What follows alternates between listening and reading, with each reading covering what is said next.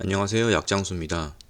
오늘 아침에 기사들을 훑어보다가 흥미로운 기사가 있어서 소개해드립니다. 바로 골드만삭스가 2022년 제약바이오 인수합병 후보에 얼나일럼과 크리스퍼 테라퓨틱스를 추가했다는 제목의 시킹 알파 기사입니다. 참고로 골드만삭스의 원문 리포트는 보지 못했습니다. 한국은 증권사 리포트가 무료로 아무나 받아볼 수 있는 것 같던데요. 미국 증권사들은 리포트를 자사 고객들에게만 제공합니다. 저는 골드만삭스의 고객이 아니라서 아쉽게도 리포트의 원문은 볼 수가 없네요. 기사로 내려가 보면 골드만삭스가 2022년 제약바이오 인수합병 후보로 얼나일럼 파마소티칼, 크리스퍼 테라퓨틱스, 카루나 테라퓨틱스 그리고 6개의 바이오파마 기업들의 이름을 골드만삭스 헬스케어 스트래티지 애셋 바스켓에 추가했다는 내용이 나오고요. 이들은 향후 12개월 내에 약 15% 이상의 인수합병 확률이 있다고 합니다. 골드만삭스는 2022년 제약바이오 인수합병 여력이 2021년에 비해 20% 증가한 617빌리언에 달한다고 합니다. 인수를 하는 기업들은 기업의 체질을 확 바꾸는 대형 딜, 예를 들자면 FB의 알러간 인수나 브리스톨 마이어스 스쿱의 셀진 인수 같은 대형 딜보다는 볼트온 딜, 즉 자사 프로그램의 부족한 부분을 딱 채워주는 딜에 포커스할 것으로 전망한다고 합니다. 관심 분야는 항암제, 면역질환, RNAi, 그리고 유전자 치료, 유전자 편집, 그 다음에 표적 단백질 분해 같은 신기술 플랫폼이라고 하고요. 그러면서 24개의 기업 목록을 쭉 열거해 놨습니다. 아래 보시면 이름들이 쭉 있습니다. 이 중에서 렐마다, 드날리, 탱고, 그리고 유니큐어 같은 기업들이 업사이드 포텐셜이 가장 높다고 언급했습니다. 바꿔 말하면 이 4기업이 주가가 그동안 많이 빠진 종목들인 셈입니다. 인수를 노릴 만한 기업들로는 노바티스, 화이자, 사노피, GSK, 머크 등을 언급했네요. 그러면 골드만삭스가 선정한 24개의 기업이 어떤 기업들이 있는지 간략하게 살펴보겠습니다.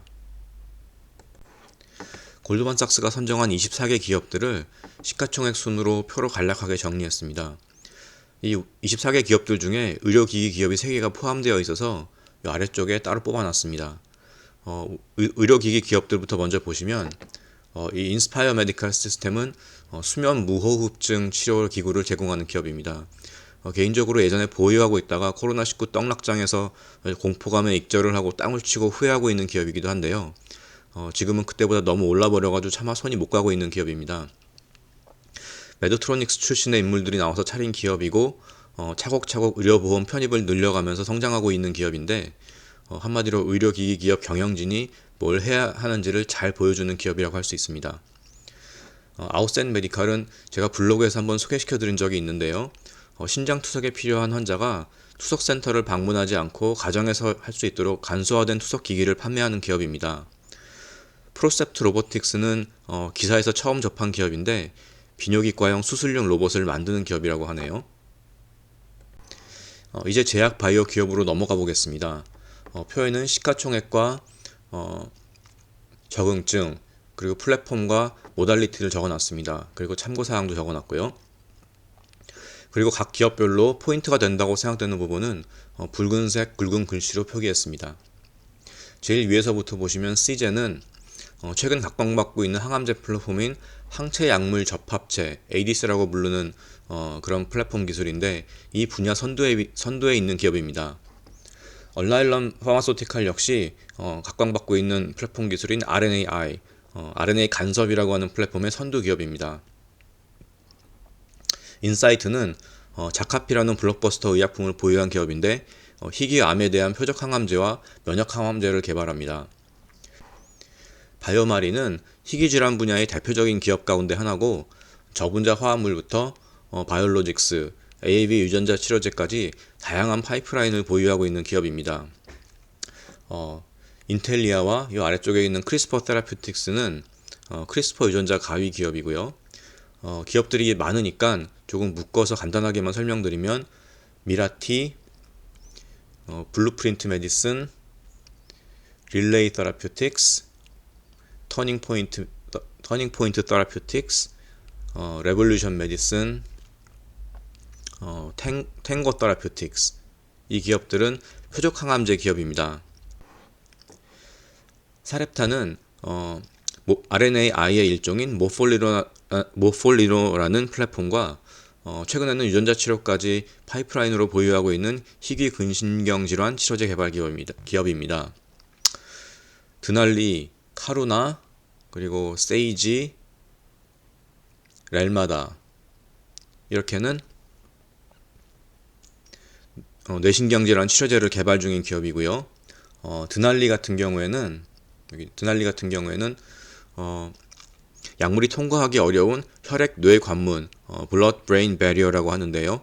BBB라고 하고요. 이거를 통과할 수 있는 약물 전달 기술을 보유하고 있는 기업입니다. 알라코스는 염증성 면역 질환 치료제를 개발하는 기업이고요. 크리스탈 바이오텍과 유니큐어는 AAV를 이용한 유전자 치료제를 개발하는 기업입니다. 대충 간단하게 각 기업들에 대해 살펴봤는데요. 이 21개 기업 가운데 이미 상용화 단계에 접어든 기업이 7개, 오른쪽 참고사항에 표기해놨습니다. 그리고 나머지는 개발 단계 기업이 14개입니다. 상용화 단계 기업들 중에는 시젠, 인사이트, 바이오마린처럼 완전히 자리를 잡은 기업들도 있고, 세이지 같이 여기 있네요. 세이지 같이 최근에 신약을 출시해서 아주 초기 단계인 기업들도 있습니다. 쭉 보시면 많이 등장하는 테마로는 적응증으로는 항암제, 특히 표적 항암제가 많고 뇌신경 질환과 희귀 질환이 자주 등장합니다.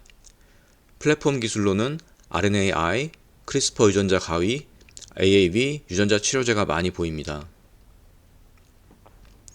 올해는 지난 3월 FTC에서 대놓고 대형 제약회사들의 인수합병을 조사하겠다고 하는 바람에 제약바이오 기업들의 인수합병이 씨가 마르다시피 했습니다.